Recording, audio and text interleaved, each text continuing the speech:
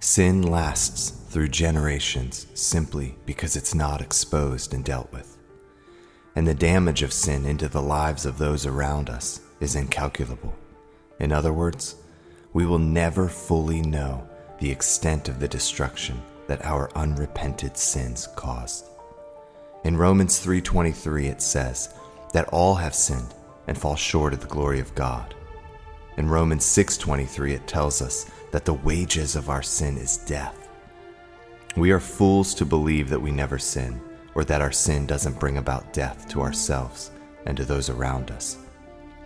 If the 10 Commandments weren't enough to show us that we are all sinners, we have the Sermon on the Mount, where Jesus takes it one step further and shows us that even if on the outside we look clean, the motivation and intent of our hearts are bent towards evil.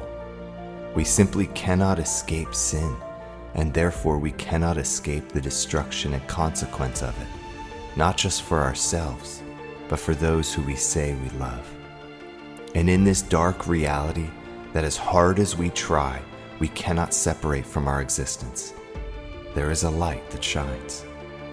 It is a light of hope, a light of mercy, and a light of forgiveness.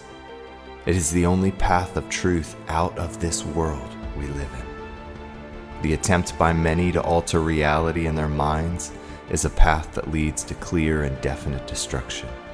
It is a path of comfort, because you can make yourself believe almost anything, but it is not a path of truth, and we know that from history repeating itself over and over and over again. You have a choice today.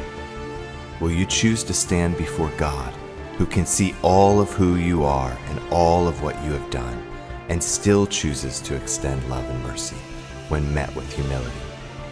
Or will you continue on the other path, convinced that deception and hiding will somehow work out in the end? Understand this, that when you choose to expose yourself to God in humility and allow Him to show you what is right and what needs to change, you are also choosing to walk the path of restoration, which means exposing yourself and your sin to those who have been hurt by your sin. And the reason this is essential is because it stops the path of deception from continuing in others' lives. It stops the reach of evil into their journey, and it opens their eyes to a path of truth that they can now walk on confidently.